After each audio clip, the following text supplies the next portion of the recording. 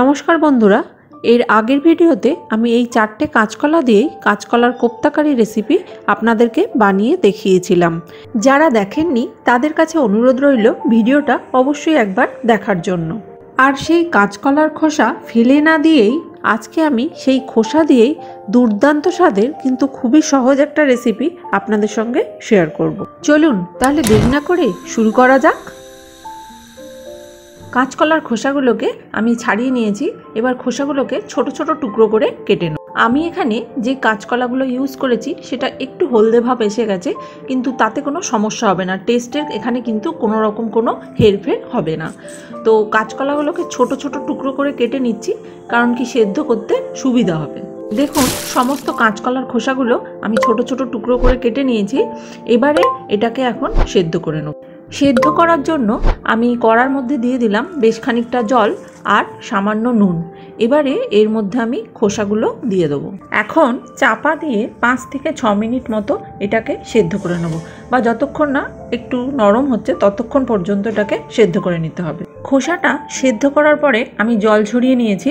এবারে এটাকে একটু ঠান্ডা করে নিতে হবে। ঠান্ডা করার পরে আমি এটাকে একটা মিক্সিং জারে নিয়ে নিয়েছি। এর মধ্যে দিয়ে দিচ্ছি 4টে মতো কাঁচা লঙ্কাগুলো একটু ভেঙে নিয়েছি, আর 4 কোয়া রসুন। এবারে সমস্তটার একটা সুন্দর পেস্ট বানিয়ে নেব। আপনারা চাইলে এটা শিলেও বেটে নিতে পারেন। দেখুন, আমি এখানে একটা স্মুথ পেস্ট বানিয়ে নিয়েছি। এবারে চলে যাচ্ছি রেসিপির নেক্সট স্টেপে। এখানে একটা কড়া গরম করে নিয়েছি। এবারে এর মধ্যে দিয়ে দিলাম 3 টেবিল স্পুন মতো সর্ষের তেল, সাথে দিয়ে দিচ্ছি একটা শুকনো লঙ্কা আর হাফ টিস্পুনের একটু বেশি কালো জিরে। এবারে কালো জিরে আর শুকনো লঙ্কাটাকে তেলের সাথে কয়েক সেকেন্ড একটু নাড়াচাড়া করে নেব। ফোড়নটাকে তেলের সঙ্গে একটু নাড়াচাড়া করে নিয়েছি। এবারে দিয়ে দিচ্ছি খোসা বাটাটা। এই রান্নাটা এতটাই সহজ যে কি বলবো, যে কেউ দেখলে এটা করতে পারবে। সেরকম কোনো ইনগ্রিডিয়েন্টও নেই, আর প্রসেসও সেরকম কিছু নেই। দিয়ে দিলাম স্বাদ মতো একটু নুন, আর সাথে সামান্য একটু হলুদ। যেহেতু সেদ্ধ করার সময় আমি একটু নুন দিয়েছিলাম, তাই এখানে সামান্য নুনটা ব্যবহার করলাম। এখন গ্যাসের ফ্লেমটাকে মিডিয়াম টু হাইতে রেখে তেলের সঙ্গে এই বাটাটাকে বেশ কিছুক্ষণ ধরে নাড়াচাড়া করতে হবে। হাত কিন্তু থামালে চলবে না, তাহলে এটা কড়ার গায়ে লেগে যেতে পারে।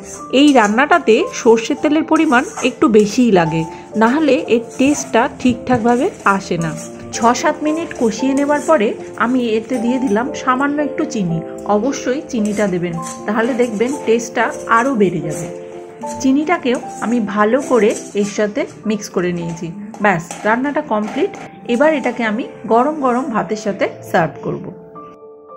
এই রান্নাটা অ্যাকচুয়ালি সামনের পাতের জন্যই তৈরি করা হয়, কিন্তু এটা খেতে এত সুন্দর লাগে আপনাদেরকে কি বলবো। এটা দিয়েই পুরোটা ভাত যেন মনে হয় খেয়ে নিই, আর কিছুই লাগবে না।